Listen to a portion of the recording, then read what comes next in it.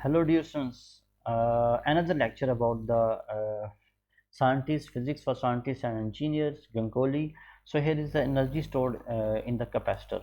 So basically when we connect the capacitor with the battery, so it stores charges.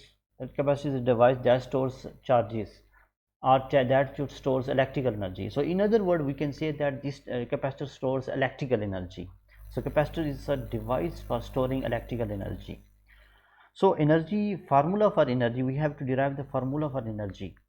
So energy can be derived, for example, if we have a capacitor, parallel plate capacitor, and we connect with the battery that has potential V, so that the this initially when the charge is not stored in this capacitor, so the total charge, initial charge is 0. But when we connect this to the battery, so that it stores plus Q on the positive plate and the negative Q on the other plate. So the final charge that is stored is Q. Okay, so how the charge stored? So basically this is work done. The battery provides work, battery done work. Basically battery does work on the charges, and charges are lifted to the plates. So the work done by the battery stores as the energy. Battery work done by the battery stores the electrical energy in the capacitors.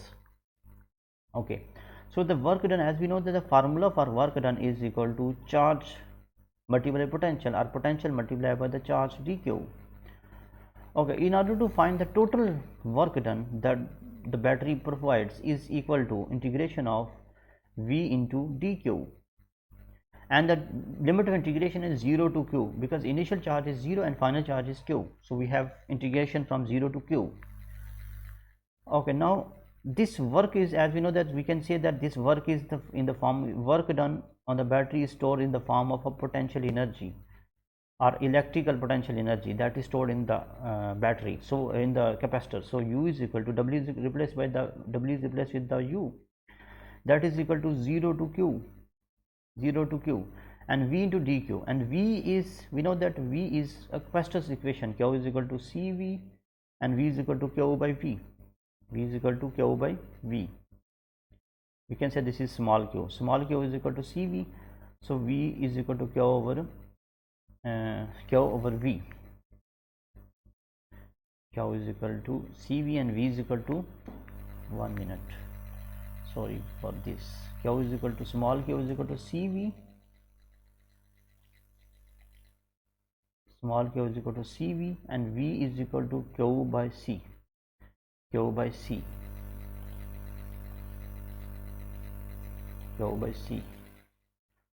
So q over c into dq. Q over c into dq.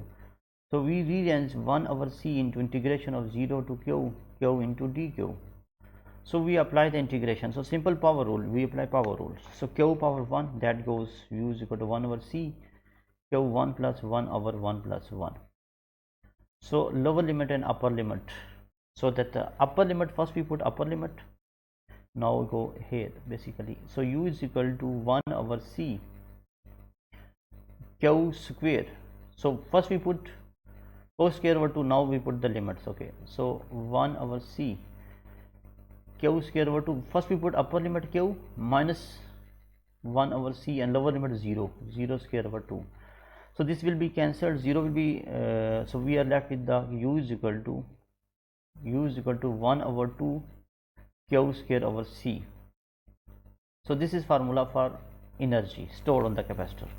Now we modify for different scenarios. So we know that the capacitor's equation, q is equal to cv.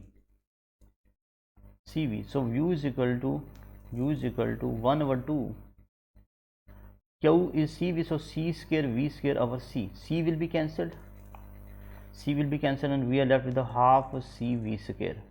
So the energy stored on the capacitor is half cv square. So it means the energy depends on the capacitance and the potential developed on the capacitor, both things. Okay, in example number 8, we just we need to find the energy stored in the capacitor. So in order to find the energy stored in the capacitor, we have the value of C 150 and the potential is 200. So we use 102 CV square directly. C is 150 picofarad and V is 200 volt, and this gives us 3 joule of energy. So camera will give us the 3 energy. So we just put the values of C and V, we get the energy stored in the camera flash. Okay, thank you.